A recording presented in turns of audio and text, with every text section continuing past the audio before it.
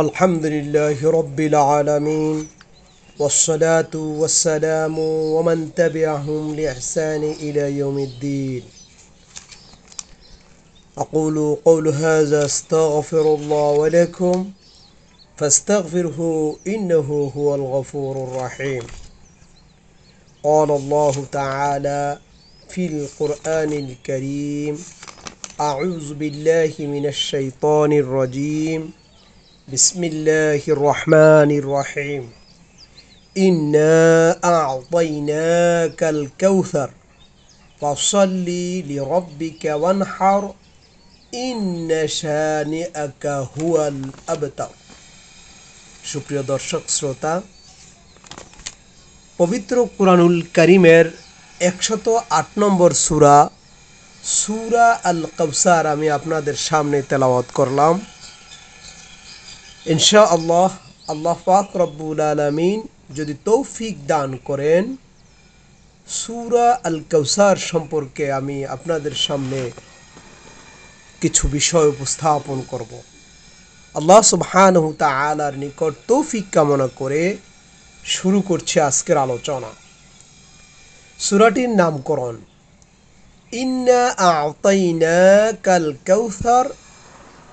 এই আয়াত থেকে আল কাউসার শব্দটিকে এর নামকরণ করা হয়েছে সূরা আল কাউসার।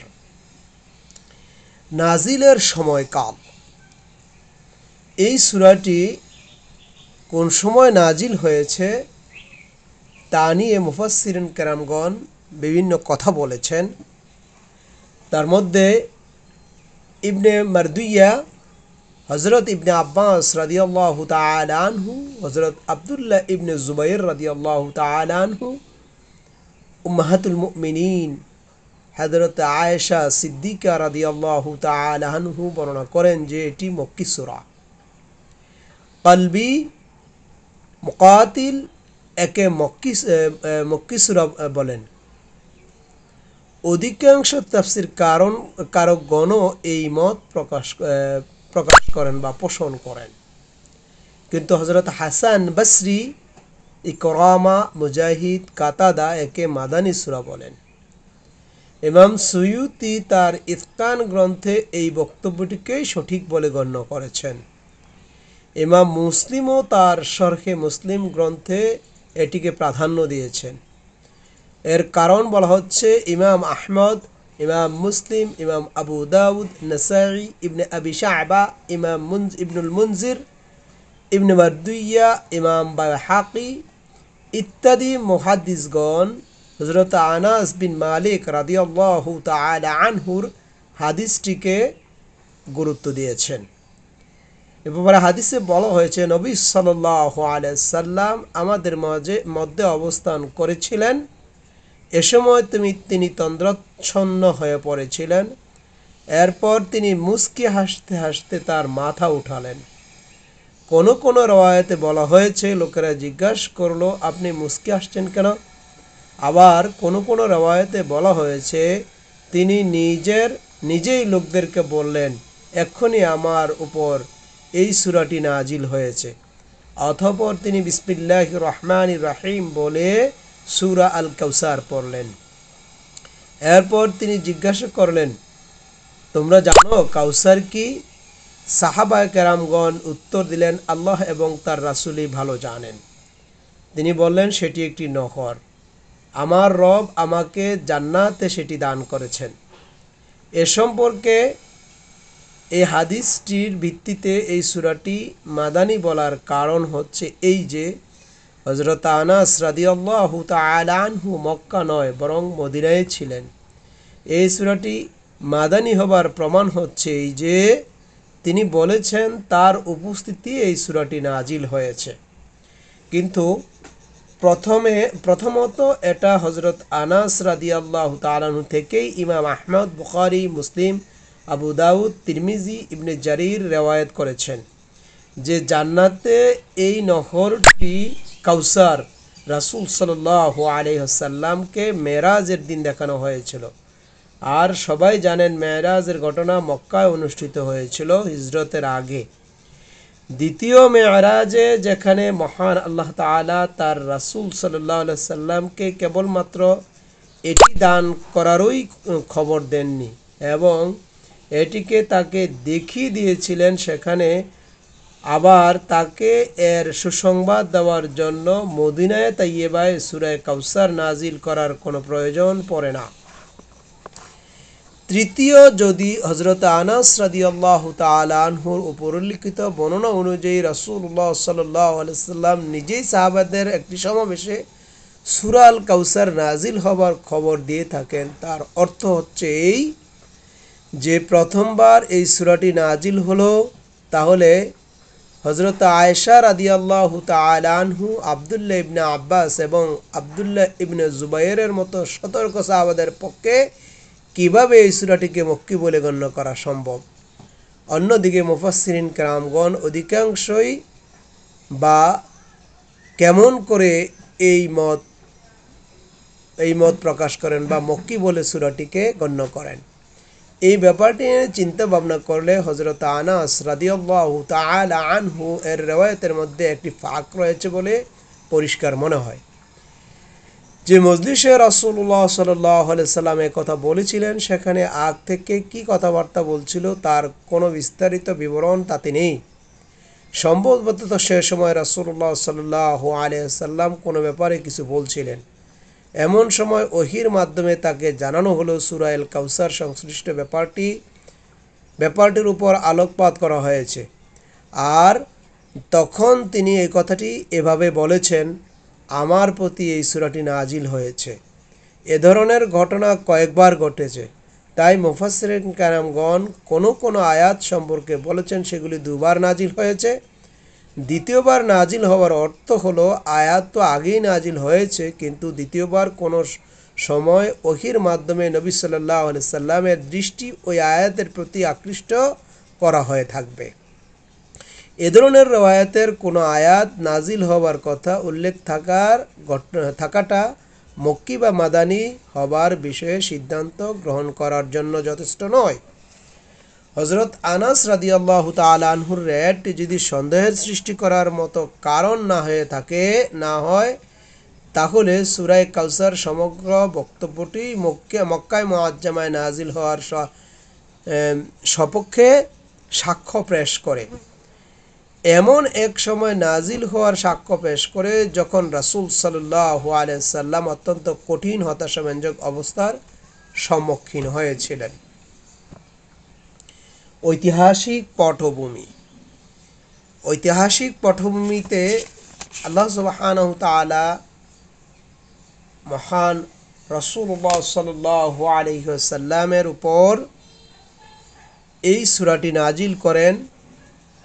তাই ইতিপূর্বে সূরা দুহা ও আলাম নাশরাহ লাকা এই দুটো সূরার মধ্যে দেখা যায় নবুয়তের প্রাথমিক যুগে মুহাম্মদ রাসূলুল্লাহ সাল্লাল্লাহু আলাইহি সাল্লাম যখন সবচেয়ে কঠিন সংকটের সম্মুখীন হয়েছিলেন, সমগ্র জাতি যখন তার সাথে শত্রুতার জন্য উঠে পড়ে লেগেছিল, বাদার বিরাট পাহাড়গুলো তার পথে মাথা উঁচু করে দাঁড়িয়েছিল, চতুর্দিকে প্রবল বিরোধিতা শুরু হয়ে গিয়েছিল এবং তিনি তার মুষ্টিময় কয়েকজন সাথী বহুদূর পর্যন্ত কোথাও সাফল্যের কোনো আলামত দেখতে পাচ্ছিলেন না, তখন তাকে সান্ত্বনা দেওয়ার জন্য, তার মনের সাহস সঞ্চারের জন্য মহান আল্লাহ পাক রব্বুল আলামিন এই সূরা অবতীর্ণ করেন এবং সূরা দুহায় তিনি বলেন,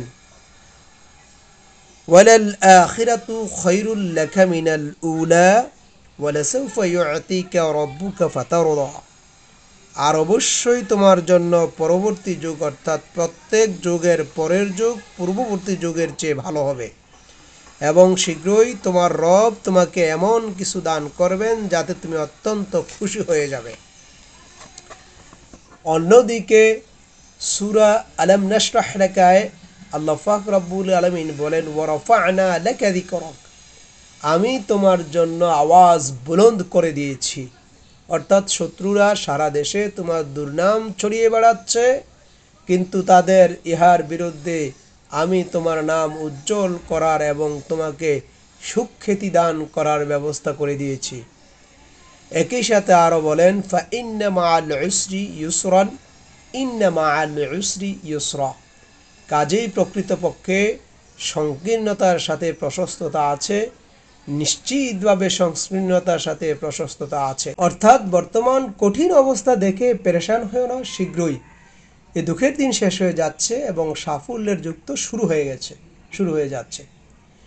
এমন এক অবস্থায় এবং পরিস্থিতিতে সূরা আল কাউসার অবতীর্ণ করা হয়, নবী সাল্লাল্লাহু আলাইহি সাল্লামকে সান্ত্বনা দান করা হয় এবং তার শত্রুদেরকে ধ্বংস করে দেওয়ার জন্য ভবিষ্যৎবাণী শুনিয়ে দেওয়া হয়। কুরাইশরা বলতো মুহাম্মদ সাল্লাল্লাহু আলাইহি ওয়াসাল্লাম সমগ্র জাতি থেকে বিচ্ছিন্ন হয়ে গেছে, তার অবস্থা এমন হয়ে গেছে একজন সহায় বান্ধবহীন ব্যক্তির মতো। ইকরামা রাদিয়াল্লাহু তাআলা আনহু বর্ণনা করেছেন, মুহাম্মদ সাল্লাল্লাহু আলাইহি সাল্লাম যখন নবুয়ত প্রাপ্তি হলেন, নবীর পথে অধিষ্ঠিত হলেন, তখন তিনি কুরাইশদের ইসলামের দাওয়াত দিতে থাকেন। কুরাইশরা বলতে থাকে, বুতিরা মুহাম্মদ মিন্না, মুহাম্মদ নিজ জাতি থেকে বিচ্ছিন্ন হয়ে গেছে। এমন অবস্থায় পৌঁছে গেছে যে কোনো গাছের শিকড় কেটে দেওয়া হলে তার অবস্থা যা হয়, কিছুদিনের মধ্যে সেটি শুকিয়ে মাটির সাথে মিশে যায়। মুহাম্মদ ইবনে ইসহাক বলেন, মক্কার সর্দার আস ইবনে ওয়াইল সামির সামনে যখন রাসূল সাল্লাল্লাহু আলাইহি ওয়াসাল্লামের কথা উঠত, তখন সে বলতো সে যে একজন আফতার, শিকড় কাটা, তার কোনো ছেলে সন্তান নেই, মরে গেলে তার নাম নেওয়ার মতো কেউ থাকবে না। শিমার ইবনে আতিয়ার বর্ণনা মতে উকবা ইবনে আবুল মুইয়াত রাসূল সাল্লাল্লাহু আলাইহি সাল্লাম সম্পর্কে এমন ধরনের কথা বলতেন। ইবনে আব্বাসের বর্ণনায় রাসূল সাল্লাল্লাহু আলাইহি সাল্লাম এর ব্যাপারে মদিনা থেকে একবার কাব ইবনে আশরাফ, মদিনার ইহুদিদের সর্দার, মক্কায় আসে। কুরাইশরা তাকে বলে, আলা তারা ইলা হাযিহিস সাবিয়্যিল মুনবাতির মিন কওমিহি ওয়া ইয়াজআমু আন্নাহু খায়রুম মিন্না ওয়া নাহনু আহলুল হাজিজি ওয়া আহলুস সাদানাতি ওয়া আহলুস সিকায়াতি। এই ছেলেটির ব্যাপার স্যাপার দেখো, সে জাতি থেকে বিচ্ছিন্ন হয়ে গেছে এবং সে মনে করে সে আমাদের থেকে ভালো, অথচ আমরা হজের ব্যবস্থাপনা করি, হাজিদের সেবা করি এবং তাদের পানি পান করাই। এই বর্ণনা সম্পর্কে ইকরামা বলেন, কুরাইশরা নবী সাল্লাল্লাহু আলাইহি সাল্লামকে বলতো আল মুনবিরুল নাবতারু মিন কওমিহি, তিনি এক অসহায় বন্ধুবান্ধবহীন দুর্বল নিঃসন্তান ব্যক্তি, নিজের জাতি থেকে যে বিচ্ছিন্ন হয়ে গেছে, তিনি বিচ্ছিন্ন হয়ে পড়েছেন। ইবনে জারিরের মধ্যে এই কথাটি উল্লেখ রয়েছে। ইবনে সাআদ ইবনে আশাকিরের বর্ণনা অনুযায়ী হযরত আব্দুল্লাহ ইবনে আব্বাস রাদিয়াল্লাহু তাআলা আনহু বলেছেন, রাসূল সাল্লাল্লাহু আলাইহি সাল্লামের সবচেয়ে বড় ছেলের নাম ছিল আবুল কাসিম রাদিয়াল্লাহু তাআলা আনহু, তার ছোট ছেলের নাম ছিল হযরত যায়নাব রাদিয়াল্লাহু তাআলা আনহু, তার ছোট ছেলের নাম ছিল আব্দুল্লাহ রাদিয়াল্লাহু তাআলা আনহু। তারপর জন্ম নেয় যথাক্রমে তিন কন্যা, হযরত উম্মে কুলসুম রাদিয়াল্লাহু তাআলা আনহা, হযরত উম্মু ফাতেমা রাদিয়াল্লাহু তাআলা আনহা, হযরত রুকাইয়া রাদিয়াল্লাহু তাআলা আনহা। এদের মধ্যে সর্বপ্রথম মারা যান আবুল কাসেম, তারপর মারা যান হযরত আব্দুল্লাহ। এই অবস্থায় দেখে ইবনে ওয়াইল বলেন, তার বংশই খতম হয়ে গেছে, তার শিকড় কেটে গেছে, তার কোনো উত্তরাধিকারী নেই। কোনো রিওয়ায়াতে আর একটু বাড়িয়ে আসের এই বক্তব্যটি এসেছে, আন্না মুহাম্মদ আবতারু লা ইবনা লাহু ইয়াকুমু মাকামাহু বা'দা ফাইদা মাতা ইনকাতাআ যিকরুহু ওয়াস্তারাহতুম মিনহু। মুহাম্মদ একজন শিকড় কাটা, তার কোনো ছেলে নেই, তার স্থলাভিষিক্ত হতে পারে, সে মরে গেলে দুনিয়া থেকে তার নাম মিটে যাবে আর তখন তোমরা তার হাত থেকে নিস্তার পাবে। আবদ ইবনে হুমাইদ ইবনে আব্বাস যে রিওয়ায়াতটি উদ্ধৃত করেছেন, তা থেকে জানা যায় রাসূল সাল্লাল্লাহু আলাইহি সাল্লামের পুত্র আব্দুল্লাহর মৃত্যুর পর আবু জেহেলও এই ধরনের কথা বলেছে। ইবনে আবি হাতেম শিমার ইবনে আতিয়া থেকে রিওয়ায়াত করেছেন, রাসূল সাল্লাল্লাহু আলাইহি সাল্লামের শোকের আনন্দ প্রকাশ করতে গিয়ে উকবা ইবনে আবি মুয়াইদ এই ধরনের হীন মনোবৃত্তির পরিচয় দিয়েছেন।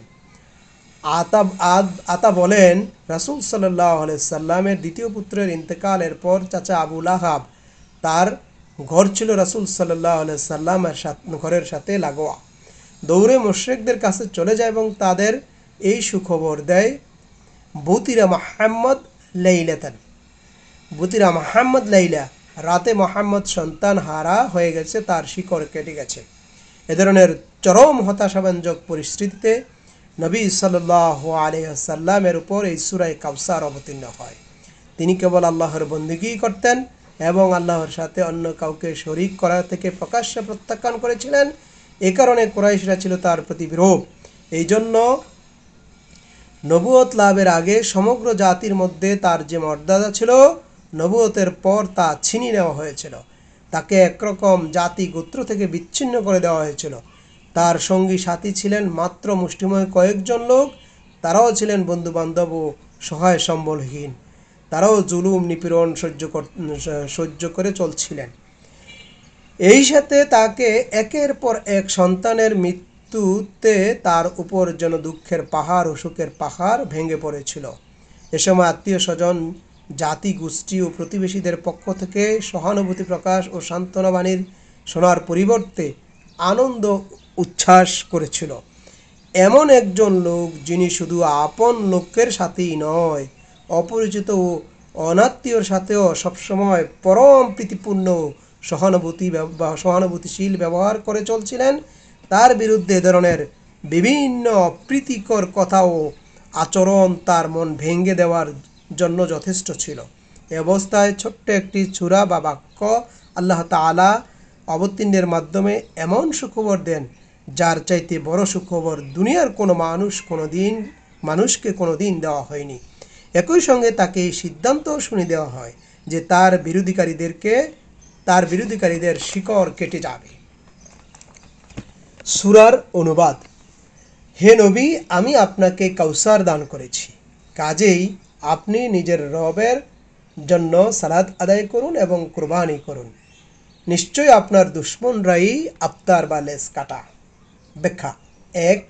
সূরা কাউসার শব্দটি এখানে যেভাবে ব্যবহার হয়েছে তাতে আমাদের ভাষা তো দূরের কথা, দুনিয়ার কোনো ভাষাও এক শব্দে এর পূর্ণ অর্থ প্রকাশ করা সম্ভব নয়।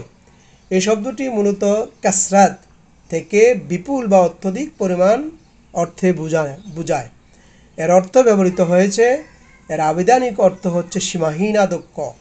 কিন্তু যে অবস্থায় যে পরিস্থিতিতে শব্দটি ব্যবহার করা হয়েছে তাতে মাত্র আধিক্য নয়, বরং কল্যাণ ও নেয়ামতের আধিক্য এবং এমন ধরনের আধিক্যের ধারণা পাওয়া যার পক্ষে বাহুল্য বা প্রাচুর্যের সীমা পর্যন্ত পৌঁছেছে। আর এর অর্থ দ্বারা কোনো একটি কল্যাণ বা নেয়ামত নয়, বরং অসংখ্য কল্যাণ ও নেয়ামতের আধিক্য বোঝানো হয়েছে। সূরায় যে প্রেক্ষাপট বর্ণনা করা হয়েছে তার উপর একবার দৃষ্টি বোলানো প্রয়োজন বা কথা বলা প্রয়োজন। তখন এক ভয়াবহ অবস্থার সৃষ্টি ছিল। শত্রুরা মনে করেছিল মুহাম্মদুর রাসূলুল্লাহ সাল্লাল্লাহু আলাইহি সাল্লাম সব দিক থেকে ধ্বংস হয়ে গেছেন, জাতি থেকে বিচ্ছিন্ন, বন্ধু বান্ধব থেকে সহায় সম্বলহীন হয়ে পড়েছেন, ব্যবসা ধ্বংস হয়ে গিয়েছে, বংশের বাতি জ্বালানোর জন্য তার যে ছেলে সন্তান ছিল সেও মারা গিয়েছে।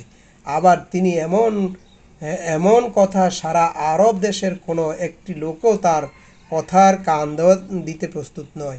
কাজেই তার ভাগ্যের লিখন হচ্ছে জীবিত অবস্থায় ব্যর্থ, অর্থাৎ মারা যাবার মতো। পরে দুনিয়ায় তার নাম নেওয়ার বা উচ্চারণ করার মতো কোনো লোকজন থাকবে না। এ অবস্থায় আল্লাহ তাআলার পক্ষ থেকে যখন বলা হলো তোমাকে কাউসার দান করেছি, তখন স্বাভাবিকভাবে এর মানে দাঁড়ালো তোমার শত্রুপক্ষীয় নির্বোধরা মনে করেছিল তুমি ধ্বংস হয়ে গিয়েছ। নবুয়ত লাভের পূর্বে তুমি যে নিয়ামত অর্জন করেছিলে তা তোমার কাছ থেকে তারা ছিনিয়ে নিয়েছে, কিন্তু প্রকৃতপক্ষে আমি তোমাকে সীমাহীন কল্যাণ ও অসংখ্য নিয়ামত দান করেছি। নবী সাল্লাল্লাহু আলাইহি সাল্লামকে যে নজিরবিহীন উন্নত নৈতিক গুণাবলী দান করা হয়েছিল সেগুলি এর অন্তর্ভুক্ত। তাকে যে নবুয়ত বা কোরআন এবং জ্ঞান ও তার প্রয়োগ করার মতো বুদ্ধি নিয়ামত দান করা হয়েছিল তাও এগুলির মধ্যে শামিল। তাওহীদ এমন এক ধারার একটি জীবন ব্যবস্থার নিয়ামতের নাম যা এর অন্তর্ভুক্ত। যারা এর অন্তর্ভুক্ত হয়, যা অন্তর্ভুক্ত সহজ সরল সহজবুদ্ধ বুদ্ধি প্রবৃত্তি অনুসারী এবং পূর্ণাঙ্গ সার্বজনীন মূলনীতি এবং সমগ্র বিশ্বে ছড়িয়ে পড়ার এবং হামেশা ছড়িয়ে পড়তে থাকার ক্ষমতা রাখে। রাসূলুল্লাহ সাল্লাল্লাহু আলাইহি সাল্লামের আলোচনার ব্যাপকতর করার জন্য নিয়ামত এর অন্তর্ভুক্ত করা যায়। বদৌলতে তার নাম 1400 বৎসর থেকে দুনিয়ার সর্বত্র বুলন্দ হচ্ছে, কিয়ামত পর্যন্ত বুলন্দ হতে থাকবে। তার আহ্বানের অবশেষে এমন একটি বিশ্বব্যাপী উম্মতের উদ্ভব হয়েছে যারা দুনিয়ায় চিরকালের জন্য আল্লাহ তাআলার সত্য দ্বীনের ধারক, যাদের চাইতে বেশি সৎ নিষ্কলুষ উন্নত চরিত্রের মানুষ দুনিয়ার কোনো উম্মতের মধ্যে কখনো জন্ম লাভ করেনি, এবং বিকৃতির অবস্থায় পৌঁছেও যারা নিজেদের মধ্যে দুনিয়ার সব জাতির চাইতে বেশি কল্যাণকর বা নেকির গুণাবলী বহন করে চলছে। এই নিয়ামতটিও এর অন্তর্ভুক্ত। রাসূলুল্লাহ সাল্লাল্লাহু আলাইহি সাল্লাম তার নিজের চোখে নিজের জীবদ্দশায় নিজের দাওয়াতের সাফল্যের স্বর্ণ শিখরে উঠতে দেখেছেন। তার হাতে এমন এক জামায়াত তৈরি হয়েছে যারা সারা দুনিয়ার উপর ছেয়ে যাবার ক্ষমতা রাখে, এবং এই নিয়ামতটিও এর অন্তর্ভুক্ত ছিল।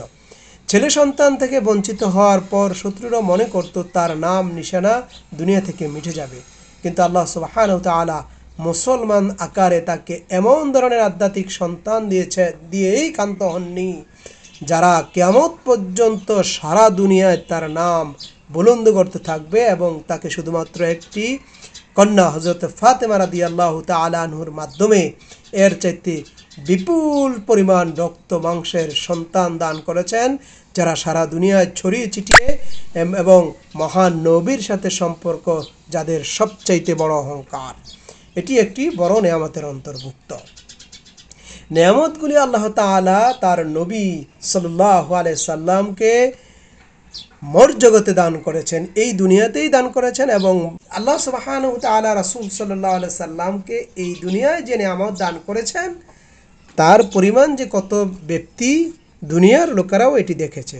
এগুলি ছাড়াও কাউসার বলতে আরও দুটি মহান ও বিশাল নেয়ামতকে বোঝানো হয়েছে, যা আল্লাহ তাআলা তাকে আখিরাতে দান করবেন। সেগুলি সম্পর্কে জানার কোনো মাধ্যম আমাদের ছিল না, তাই রাসূল সাল্লাল্লাহু আলাইহি সাল্লাম সেগুলি সম্পর্কে জানিয়েছেন। তিনি বলেছেন, কাউসার বলতে দুটি জিনিসকে বোঝানো হয়, একটি হচ্ছে হাউজে কাউসার, এটি কিয়ামতের দিন তাকে দান করা হবে, আর দ্বিতীয়টি হচ্ছে কাউসার ঝর্ণা দ্বারা, এটি জান্নাতে তাকে দান করা হবে। এই দুটি ব্যাপারে রাসূল সাল্লাল্লাহু আলাইহি সাল্লাম রাসূল সাল্লাল্লাহু আলাইহি সাল্লামের এত বেশি হাদিস বর্ণিত হয়েছে, এত বিপুল সংখ্যক সাহাবা বা রাবি হাদিসগুলি বর্ণনা করেছেন, যার ফলে এগুলির নির্ভর হওয়ার ব্যাপারে সামান্যতম সন্দেহের অবকাশ নেই। আমি হাউজে কাউসার সম্পর্কে একটি আলাদা আলোচনা আপনাদের সামনে উপস্থাপন করেছি। হাউজে কাউসারে যে তথ্যগুলি রাসূলুল্লাহ সাল্লাল্লাহু আলাইহি সাল্লামের হাদিসে এসেছে, আপনারা আমার ওই আলোচনা থেকে এটি বিস্তারিত জেনে নেবেন। 2, বিভিন্ন মনীষী এর ব্যাখ্যা বিভিন্ন রকম করেন। কেউ বলেন নামাজ বলতে 5 ওয়াক্ত নামাজকে বলা হয়েছে, কেউ বলেন ঈদুল আজহার নামাজকে মনে করানো হয়েছে, আবার কেউ বলেন এখানে নিছক নামাজের কথা বলা হয়েছে। অনুরূপভাবে ওয়ানহার অর্থাৎ নহর করা শব্দেরও কোনো কোনো বিপুল মর্যাদার অধিকারী মনীষী অর্থ করেছেন নামাজ বাম হাতের উপর ডান হাত রেখে তাকে বুকে বাঁধা। কেউ কেউ বলেছেন এর অর্থ হচ্ছে নামাজ শুরু করার সময় 2 হাত উপরে উঠিয়ে তাকবীর বলা। কেউ কেউ বলেছেন এর মাধ্যমে নামাজ শুরু করার সময় রুকুতে যাওয়ার সময় এবং রুকু থেকে উঠে রাফউল ইয়াদাইন করাকে বোঝানো হয়েছে। আবার কেউ কেউ বলেন এর অর্থ হচ্ছে ঈদুল আজহার নামাজ পড়া এবং কোরবানি করা। কিন্তু যে পরিবেশ পরিস্থিতিতে এর হুকুম দেওয়া হয়েছে সে সম্পর্কে চিন্তা করলে এর সুস্পষ্ট একটি অর্থ মনে হয়, হে নবী, তোমার রব যখন তোমাকে এত বিপুল পরিমাণ কল্যাণ দান করেছেন তখন তুমি তারই জন্য নামাজ পড়ো এবং তার জন্যই কোরবানি করো। এই হুকুমটি এমন এক পরিবেশে দেওয়া হয়েছিল যখন কেবল কুরাইশ বংশীয় মুশরিকরাই নয়, সমগ্র আরব দেশের মুশরিকরা নিজেদের মন গড়া মাবুদের পূজা করত এবং তাদের আস্তানার পশুগুলো বলি দিত। কাজেই এখানে এই হুকুমের উদ্দেশ্য হচ্ছে মুশরিকদের বিপরীতে তোমরা নিজেদের কর্মনীতির উপর দৃঢ়ভাবে প্রতিষ্ঠিত থাকো। অর্থাৎ তোমাদের নামাজ হবে আল্লাহর জন্য, কোরবানিও হবে তার জন্য। যেমন আল্লাহ সুবহানাহু ওয়া তাআলা অন্য এক আয়াতে বলেন, কুল ইন্নাস সালাতি ওয়া নুসুকি ওয়া মাহইয়ায়া ওয়া মামাতি লিল্লাহি রাব্বিল আলামিন লা শারীকা লাহু ওয়া বিযালিকা উমিরতু ওয়া আনা আউয়ালুল মুসলিমিন। হে নবী, বলে দাও, আমার নামাজ, আমার কুরবানি, আমার জীবন, আমার মৃত্যু বিশ্বজাহানের রব আল্লাহ তাআলার জন্য, তার কোনো শরিক নেই। আমাকে এই হুকুম দেওয়া হয়েছে যে আমি যেন সর্বপ্রথম অনুগত্যের শির নত করি। সূরা আল আনআমের 162 থেকে 63 আয়াতে কথা বলা হয়েছে। হযরত ইবনে আব্বাস, আতা, মুজাহিদ, ইকরামা, হাসান বসরি, কাতাদা, মুহাম্মদ ইবনুল কাআব আল কুরাজি, জাহাক, রাবি ইবনে আনাস, আতাউল খুরাসানি এবং আরও অন্যান্য নেতৃস্থানীয় মুফাসসিরগণ এর অর্থ এখানেই বর্ণনা করেছেন। ইবনে কাসিরের মধ্যে এটি উল্লেখ রয়েছে। তবে যথাস্থানে পুরোপুরি সত্য যে রাসূল সাল্লাল্লাহু আলাইহি সাল্লাম যখন মদিনায়ে তাইয়্যিবায় আল্লাহর হুকুমে ঈদুল আজহার নামাজ পড়লেন এবং কোরবানির প্রচলন করলেন, তখন ইন্নাস সালাতি ওয়া নুসুকি এই আয়াতে এবং ফাসল্লি লিরাব্বিকা ওয়ানহার এই আয়াতে নামাজকে প্রথম এবং কোরবানিকে পরে রাখা হয়েছে। তাই তিনি নিজেও এভাবে করেছেন এবং মুসলমানদেরকে এভাবে করার হুকুম দেন। অর্থাৎ দিনের প্রথমে তিনি নামাজ পড়েন এবং তারপর কুরবানি করেন। এটি এই আয়াতের ব্যাখ্যা বা শান নজুল নয়, বরং রাসূল সাল্লাল্লাহু আলাইহি ওয়াসাল্লাম সংশ্লিষ্ট আয়াতগুলো থেকে এই বিধানটি ইস্তেমবাত অর্থাৎ উদ্ঘাটন করেছেন তথা উদ্ভাবন করেছেন। আর রাসূল সাল্লাল্লাহু আলাইহি ওয়াসাল্লামের ইস্তেমবাতও এক ধরনের ওয়াহী। 3, ইন্না শানি আকা শব্দ এখানে ব্যবহার করা হয়েছে। এর মূল শব্দ হলো শানউন। এর মানে হচ্ছে এক ধরনের বিদ্বেষ, শত্রুতা, যে কারণে একজন অন্যের বিরুদ্ধে অসহ ব্যবহার করে অন্যায় ব্যবহার করে। কোরআন মজিদে আল্লাহ সুবহানাহু ওয়া তাআলা এ ব্যাপারে বলেন, ولا يجري منكم شنآن قوم على ألا تعدلون। আর হে মুসলমানেরা, কোনো দলের প্রতি শত্রুতা তোমাদের যেন কোনো বাড়াবাড়ি করতে উদ্যুক্ত না করে, যার ফলে তোমরা ইনসাফ করতে সক্ষম না হও। কাজেই এখানে শানি আকা বলে এমন প্রত্যেক ব্যক্তিকে বোঝানো হয়েছে যারা রাসূল সাল্লাল্লাহু আলাইহি সাল্লামের শত্রুতা অন্ধ হয়ে তার প্রতি বিদ্রুপ করেছে, দোষারোপ করেছে, তাকে গালিগালাজ করেছে, তাকে অবমাননা করেছে, তার বিরুদ্ধে নানা ধরনের অপবাদ দিয়ে নিজেদের মনের ঝাল মিটিয়েছে। 4, হুয়া আবতার, সে এখানে আবতার বলা হয়েছে, তোমাকে আবতার বলা হয়েছে, কিন্তু প্রকৃতপক্ষে সে নিজেই আবতার। আমি ইতিপূর্বে সূরার ভূমিকায় আবতার শব্দের ব্যাখ্যা দিয়েছি। এই শব্দের মূলে রয়েছে বুতিরা, মানে কাটা, কিন্তু এর পারিভাষিক অর্থ হলো ব্যাপক। হাদিসে নামাজের যে রাকাতের সাথে অন্য রাকাত পড়া হয় না তাকে বুতরায়ুন বলা হয়, অর্থাৎ একক রাকাত। অন্য একটি হাদিসে বলা হয়েছে, কুল্লু আমরিন দি বালিন লা ইয়াবদা ফিহি বিহামদিল্লাহি ফাহুয়া আবতার। যে কোনো গুরুত্বপূর্ণ কাজ আল্লাহ তাআলার প্রশংসা উচ্চারণ না করে শুরু করাটাই হলো আবতার, অর্থাৎ তার শিকড় কাটা গেছে, সে কোনো প্রতিষ্ঠিত বা শক্তিমত্তা লাভ করতে পারবে না, অর্থাৎ তার পরিণাম ভালো নয়। বাক্যকাম ব্যক্তিকে আবতার বলা হয়। যে ব্যক্তির কোনো উপকার বা কল্যাণের আশা নেই তাকে আবতার বলা হয়। এখানে বর্তমান, কারণ তার অবর্তমানে তার নাম নেবার মতো কেউ থাকবে না এবং মারা যাবার পর তার নাম নিশানা মুছে যাবে। প্রায় সমস্ত অর্থেই কুরাইশরা কুরাইশ কাফেররা মুহাম্মদ রাসূলুল্লাহ সাল্লাল্লাহু আলাইহি সাল্লামকে আফতার বলত। জবাবে আল্লাহ তাআলা বলেন, হে নবী, তুমি আফতার নও, বরং তোমার এই শত্রুরাই আফতার। এটা নিছক কোনো জবাবি আক্রমণ ছিল না, বরং এটা ছিল আসলে কোরআনের বড় বড় গুরুত্বপূর্ণ ভবিষ্যৎবাণীগুলির মধ্যে একটি বড়ই গুরুত্বপূর্ণ ভবিষ্যৎবাণী। এটি অক্ষরে অক্ষরে সত্য হয়ে প্রমাণিত হয়। যখন এই ভবিষ্যৎবাণী করা হয়, তখন লোকেরা নবী সাল্লাল্লাহু আলাইহি সাল্লামকে আফতার মনে করত। তখন কেউ ধারণা করতে পারত না যে কুরাইশদের এত বড় বড় সর্দার আবার কেমন করে আফতার হয়ে যাবে। আর তারা কেবল মক্কায় নয়, সমগ্র দেশে খ্যাতিমান ছিল, পরিচিত ছিল। তারা সফল কামও ছিল। তারা কেবল ধন সম্পদ ও সন্তান সন্ততির অধিকারী ছিল না, বরং তারা সারা দেশে তাদের বিভিন্ন জায়গায় ছিল তাদের সহযোগী ও সাহায্যকারী দলও। ব্যবসার ইজারাদার, হজের ব্যবস্থাপনা হবার কারণে আরবদের সকল গোত্রের সাথে তাদের সম্পর্ক ছিল। কিন্তু কয়েক বছর যেতে না যেতে এ অবস্থা সম্পূর্ণ বদলে গেল। হিজরি ৫ম সালে আহজাবের যুদ্ধের সময় কুরাইশরা বহু আরব ও ইয়াহুদি গোত্রে গিয়ে মদিনায় আক্রমণ করল এবং রাসূল সাল্লাল্লাহু আলাইহি সাল্লামকে অবরুদ্ধ অবস্থায় শহরের চারদিকে পরীক্ষা খনন করে প্রতিরক্ষার লড়াইয়ে লিপ্ত হতে লাগল। কিন্তু এর মাত্র ৩ বছর পর ৮ম হিজরিতে যখন মক্কা আক্রমণ করলেন, তখন কুরাইশদের কোনো সাহায্য সহযোগিতা দানকারী ছিল না। নিতান্তই অসহায়ের মতো তাদের অস্ত্র সম্বরণ করতে হয়েছিল। এরপর ১ বছরের মধ্যে সমগ্র আরব দেশ রাসূলুল্লাহ সাল্লাল্লাহু আলাইহি সাল্লামের হস্তগত হয়ে গেল, করতল হতে লাগলো। দেশের বিভিন্ন এলাকা থেকে, বিভিন্ন গোত্র থেকে প্রতিনিধি দল এসে বায়াত হচ্ছিল। এদিকে শত্রুরা সম্পূর্ণরূপে বন্ধুবান্ধব সাহায্য সহায়হীন হয়ে পড়েছিল।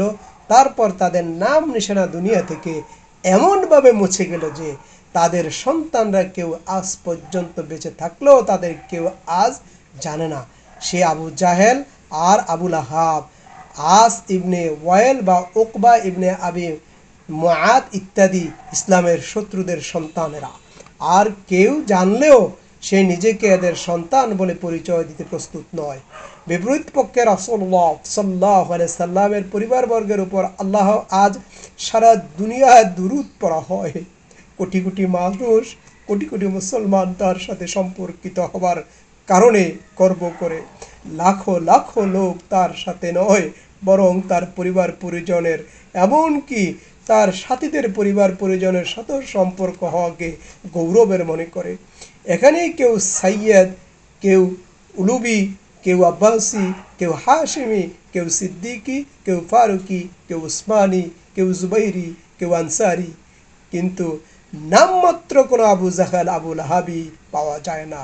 ইতিহাস এটি প্রমাণ করেছে রাসূলুল্লাহ সাল্লাল্লাহু আলাইহি সাল্লাম আফতার নয়, বরং তার শত্রুদেরকে আল্লাহ সুবহানাহু ওয়া তাআলা আফতার বানিয়েছেন। সম্মানিত উপস্থিতি, আল্লাহ পাক রব্বুল আলামিন আমাদেরকে অত্র সূরায় যে হাউজে কাউসারের কথা বলা হয়েছে এবং রাসূল সাল্লাল্লাহু আলাইহি সাল্লামকে সান্ত্বনা দেওয়ার জন্য এবং রাসূল সাল্লাল্লাহু আলাইহি সাল্লামকে যেই সুসংবাদ দেওয়া হয়েছে কিয়ামতের ময়দানের জন্য আল্লাহ সুবহানাহু ওয়া তাআলা আমাদেরকে সেই হাউজে কাউসার, সেই সুসংবাদের হাউজে কাউসারের পানি পান করার জন্য আমাদেরকে নসিব করেন। আল্লাহ পাক রব্বুল আলামিন যেন আমাদেরকে দ্বীনের দাঈ হিসাবে, মুসলিম হিসেবে, মুমিন হিসাবে কবুল করেন, সেই প্রত্যাশা রেখে শেষ করছি। ওমা তৌফিকি ইল্লা বিল্লাহ। আসসালামু আলাইকুম ওয়া রাহমাতুল্লাহি তাআলা ওয়া বারাকাতুহু।